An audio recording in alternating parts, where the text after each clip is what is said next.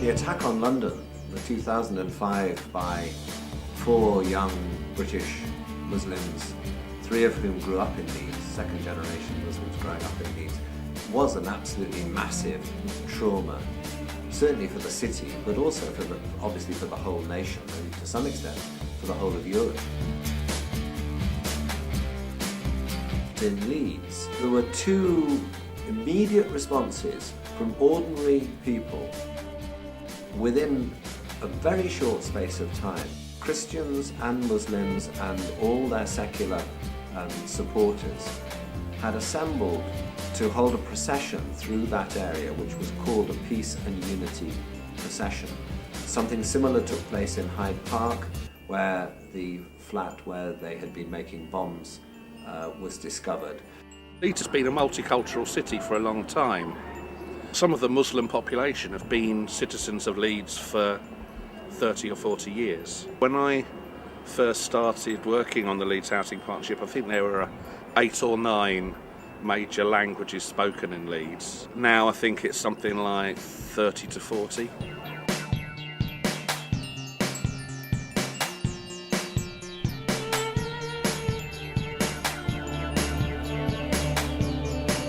My name is Nabila Karim, formerly known as Michelle. I'm a wife and a mother to 4 teenage children. I became a Muslim about 15 years ago, after I had already married my husband, and 3 of my children were already born at that stage. I started to question my faith when I was a teenager. Before I embraced Islam, I was quite a rebellious teenager, didn't show an awful lot of respect, I would say, towards people that I should have had respect for. I'm from a Roman Catholic background, and my experience growing up was my parents forcing us out the door on a Sunday morning to go to church and walk along with everybody else. Before we did that, we were forced along to go to confession to ask the priest to absolve us from our sins on the Saturday. And I just felt I had a lot of questions that never seemed to really give me the answers I was looking for. And it was after I married my husband in 1990, I think it was. I slowly began to be introduced to the Muslim community and read some literature, meet some friends, attend Muslim gatherings. So eventually the time came when it was right for me to make a decision for myself.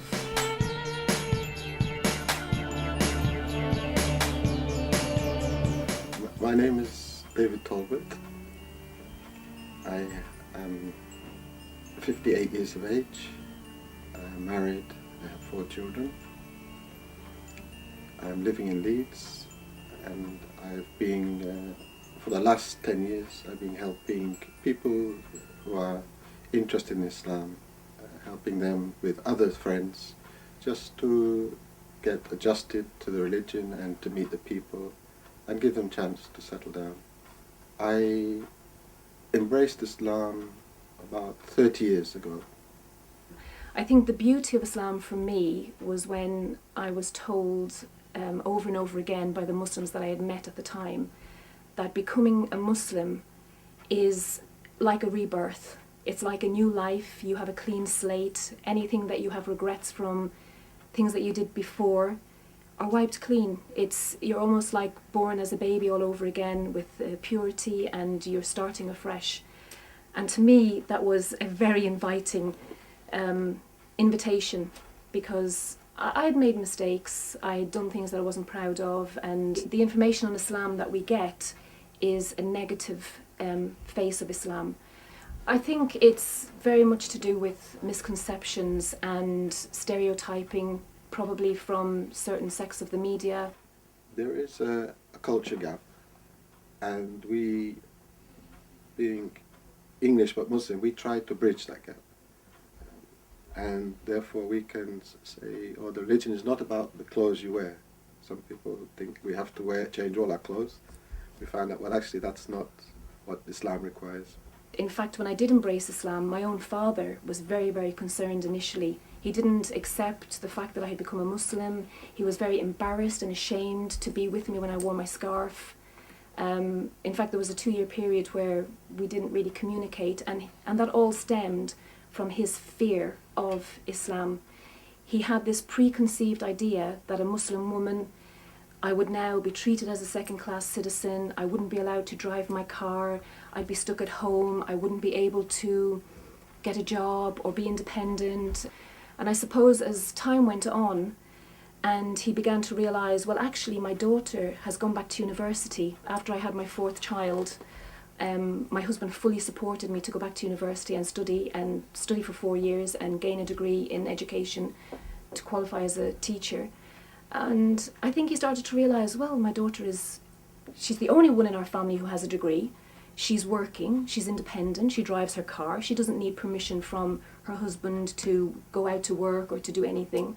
So I think having him as part of my life and seeing how my life evolved when I became a Muslim, it took a long time, but the more he was involved and the more he came to visit us to see how our life was progressing, he realised this wasn't something he needed to fear at all. Because women are working, Muslim women do work, they hold very high positions. We have Muslim female doctors and lawyers and teachers. People have a misconception that Muslim women don't attend the mosque. Well, in fact we do, and I play an active role in the mosque.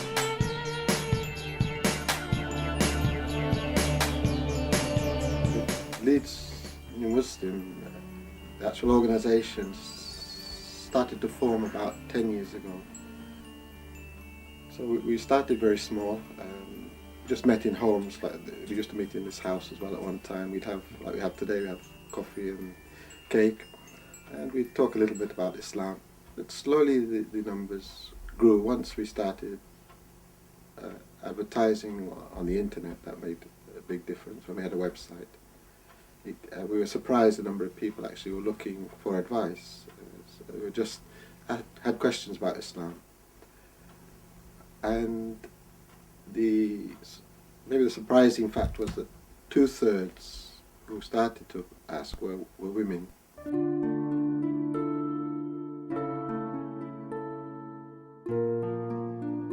We hadn't even thought about involving women at that time. We were probably in a typical Muslim mode, which is mainly the men go to the mosque, and mainly the men go to the study circles, and the ladies they're there in the background, and they come sometimes and not others. But then we realized actually that with the more ladies wanted to learn about Islam, we needed to bring in some ladies into our group. So we slowly opened up, and then we realized that when people come to Islam, in fact what they need more than teaching about Islam is actually some social life. It's a big change, so you should take it step by step. Be good with your parents, keep the good relationships there, don't upset your parents, and then slowly help the people meet other Muslims, find out where they feel they fit comfortably within both communities. If people have fear of the unknown, they will show prejudice against you. Even within the Muslim community, Muslims themselves have a misconception that Arabs are Muslim and Asians are Muslim, but really white people, where do we fit in? We're not culturally Arab. We are Muslim, but we are culturally English. So we have to take that into account, that you can be Muslim, English. You don't have to leave all your culture behind. What we say, take the best of the both cultures. In England we have some very, very good things which we need to hold on to, which Muslims can learn about. So it's a matter of finding what's good in both cultures and bringing them together. The school that I work in is predominantly a Muslim school. It's a government-run school, but the children that we have come from predominantly Muslim backgrounds. And they were quite shocked when they came into the classroom to see this white Muslim teacher standing in front of them. And I used to have all sorts of very funny questions asked to me. Mrs. Kareem, are you half a Muslim? Mrs. Kareem, do you speak Bangladeshi? Mrs. Kareem, do you wear shalwar kameez? Because they were confused. They probably didn't have the experiences. They're only young children. They didn't have the experiences to realise that Muslims can actually come from everywhere. We can be any colour, we can be any nationality, we can speak any language. You know, we have so much we can learn from each other, and by putting up these false barriers, you know, I think we lose the richness. We are not just one little group. So, you know, we as a little bit in Leeds, as Leeds Muslims, try and fill that gap as well between Muslim and non-Muslim. So occasionally we'll get requests from teachers to send somebody to school, and we have people who are prepared to go and speak about Islam. I'd like to think I'm the same person, just a better version of me from before. Me becoming a Muslim hasn't hindered me in any way. In fact, it's added to my life.